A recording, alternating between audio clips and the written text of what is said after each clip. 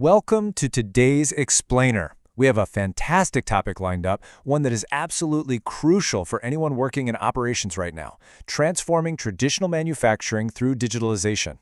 Now, if you're an operations manager, a factory owner, or maybe an industrial engineer, I know you've probably heard endless, and I mean endless, pitches about Industry 4.0 and smart factories.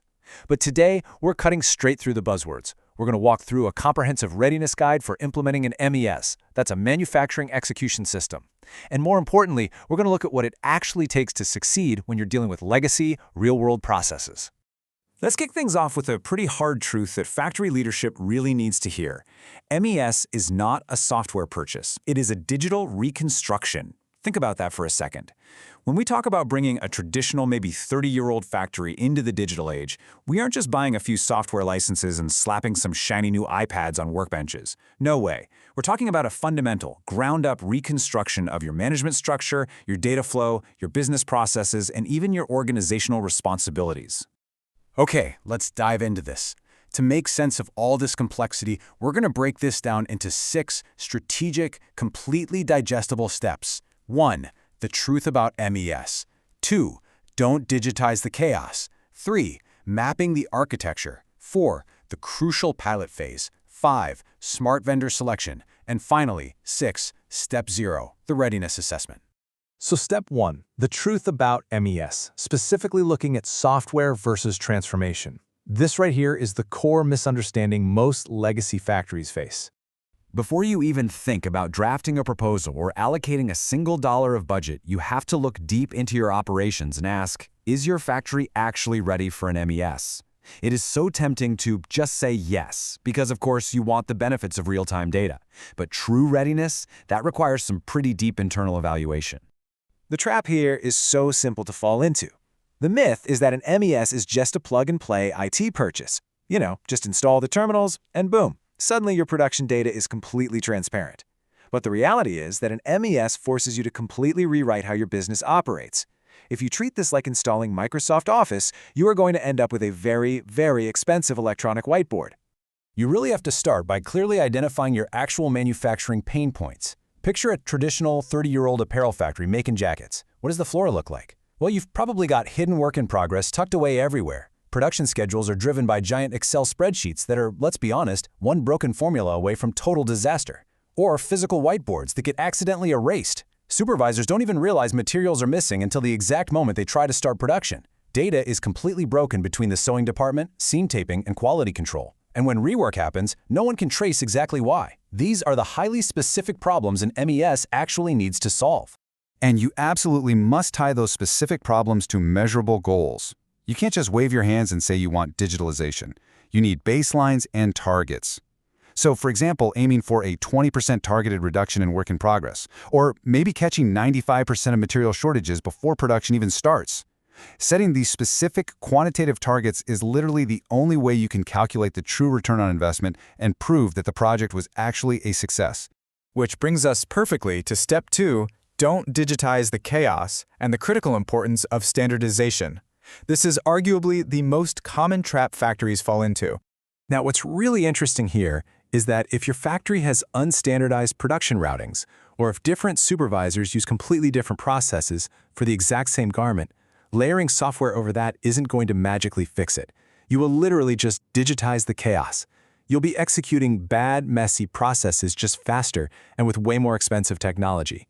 You absolutely have to standardize your processes before you digitize them. And that process standardization, it relies heavily on master data. This checklist is your foundation. We're talking SKUs, styles, bills of materials, standardized routings, operation codes, work centers, and unified defect codes. And MES doesn't magically create this data out of thin air, it consumes it. If this foundational data isn't absolutely accurate, the entire system's going to crumble. This leads us right to the golden rule of systems. Garbage in, garbage out. You need to conduct a data readiness audit. Do your current Excel production numbers actually match what is physically happening on the shop floor? If our legacy jacket factory feeds its completely inaccurate whiteboard numbers and messy manual defect counts into a brand new MES, it's going to be a complete failure. Actually, one of the biggest reasons these implementations fail isn't a lack of data, is that the system is full of data that absolutely nobody on the shop floor trusts. So the crucial point here is a major mindset pivot. An MES has to be a manufacturing-led business transformation that is merely enabled by IT. The manufacturing side has to own the processes, the data definitions, the KPIs, and the actual floor execution. Meanwhile, the IT side handles the system architecture, cybersecurity, and database integration. Because if you hand an MES project entirely over to IT, you usually end up with a beautifully architected system that launches successfully, but that the manufacturing team completely refuses to use. All right, moving on to step 3, mapping the architecture and defining system boundaries. We're going to rely pretty heavily on the ISA 95 standard here. Take a look at how these systems divide their responsibilities. It's like a team where everyone has a specific job. Your ERP handles the orders and finance. Your PLM manages all the engineering specs and BOMs. Your WMS takes care of inventory locations. And the MES sits right there in the middle, managing execution, WIP, personnel, and quality on the floor. You cannot have an MES operating in total isolation. If you do, you're just creating another disconnected data island. If your ERP or PLM data upstream isn't reliable, your MES is going to require constant, heavy manual input from your floor workers, which, let's be real, basically guarantees failure.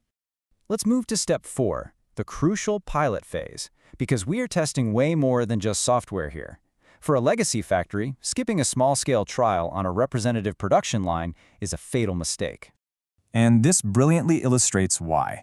A successful pilot doesn't just prove the software works without crashing, it actually validates 4 distinct pillars. 1, that your processes are truly standardized. 2, that your people, like those veteran sewing operators at our jacket factory, are actually willing and able to adopt it. 3, that your data collection is actually accurate.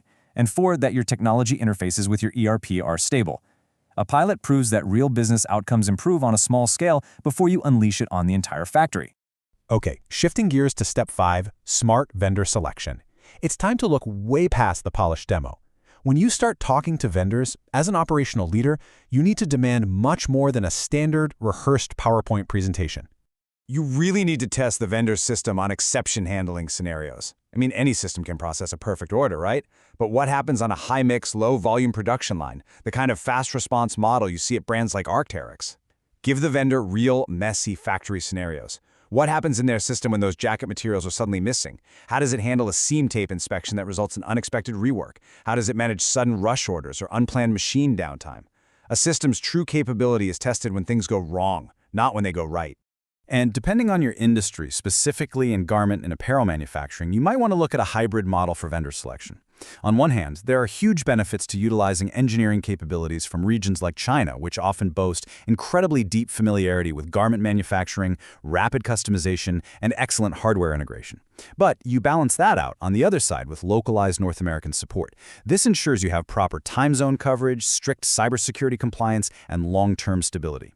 It's all about leveraging that global expertise while mitigating your regional risk. Let's move to our final step and see how this all builds up. Step 6, which we actually call Step 0, the readiness assessment. This is what you have to do before you buy, and it is easily the most actionable takeaway for you today. We seriously need to get this engraved on the wall of every factory. Go live does not equal success. Flipping the switch on the software, that's literally just the beginning. Rolling it out, stabilizing it, and building a true data-driven culture where your managers finally stop relying on whiteboards and actually trust the digital dashboard, that takes a solid 2 to 3 years. Pausing your software procurement right now to prepare correctly is the smartest strategic move you can make. And here is your exact roadmap for how to do exactly that. Before you even think about writing an RFP, spend 8 to 12 weeks doing this readiness assessment. Spend the first 2 weeks defining exactly why you need an MES and locking in your business goals. Then map your current processes. Audit your data readiness. Design your system architecture and figure out exactly where the MES fits in. Determine your pilot scope. And finally, in weeks 11 and 12, finalize your vendor strategy. If you do this, you're treating MES implementation not as some generic IT purchase, but as a total blueprint for the next decade of your manufacturing capability. Finally, when you are out there evaluating vendors, you must go to the shop floors of their existing customers. Walk the floor. See if the operators are actually using the system, and don't just ask management if they're happy. I want you to ask them this one beautifully provocative question. If you had to do this implementation all over again, what would you do differently? I guarantee you their answers will be your ultimate guide to avoiding the pitfalls of digital transformation. So start your step 0 today, map out your current state, and make sure your foundation is rock solid before you build your digital future. Thanks Thank you so much for joining me on this explainer, and good luck with your digital reconstruction.